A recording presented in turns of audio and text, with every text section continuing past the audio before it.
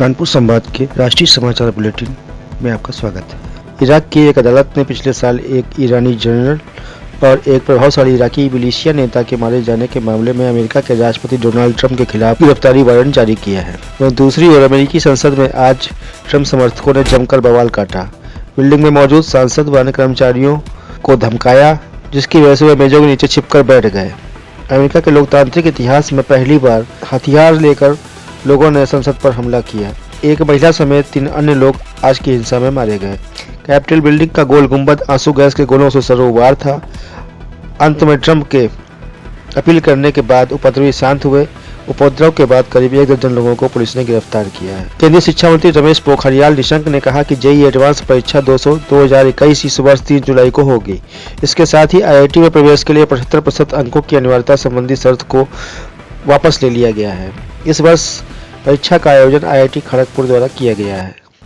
Petroleum कंपनियां लगातार तेल के दामों में बढ़ोतरी करती जा रही हैं, जिसके चलते गुरुवार को दिल्ली में पेट्रोल 84.20 रुपए तो डीजल 80.75 पैसे हो गया। देश में कोरोना वैक्सीन के तीसरे चरण के ट्रायल की अड़चनें खत्म हो गई हैं। कोरोना वैक्सीन को मंजूरी मिलने को लेकर उठे विवाद के बीच आज भारत बायोटेक ने एक बड़ी सफलता प्राप्त कर ली।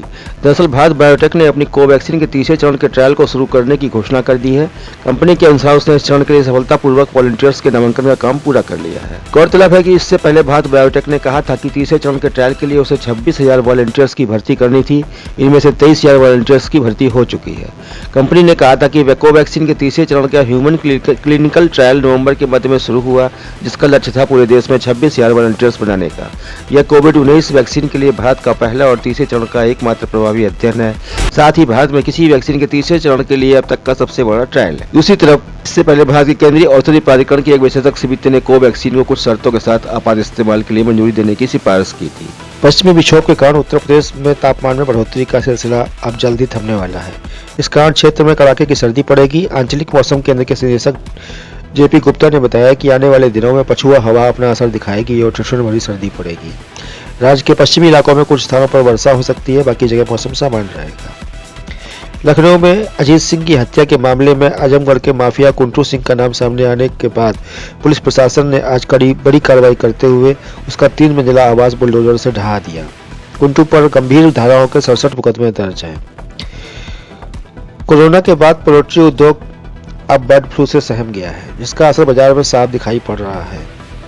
अब लोग ना तो चिकन खरीदने में रुचि दिखा रहे हैं, ना ही अंडे खा रहे हैं, जिसके चलते पोल्ट्री बाजार में उदासी छा गई है।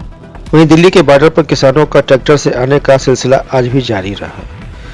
ठिठुरन भरी सर्दी में भी किसान दिल्ली की ओर कूच करते रहे। उन्होंने कहा कि अगर सरकार बिल को निरस्त नहीं करती है तो दिल्ली में 26 जनवरी को ट्रैक्टर परेड होगी, उसके बाद चाहे जो परिणाम हो। भारतीय रेल में आज एक नए दौर की शुरुआत हो गई। ईस्टर्न के बाद वेस्टर्न डेडिकेटेड फ्रेट कॉरिडोर के उद्घाटन से माल ढुलाई का एक नया अध्याय जुड़ा।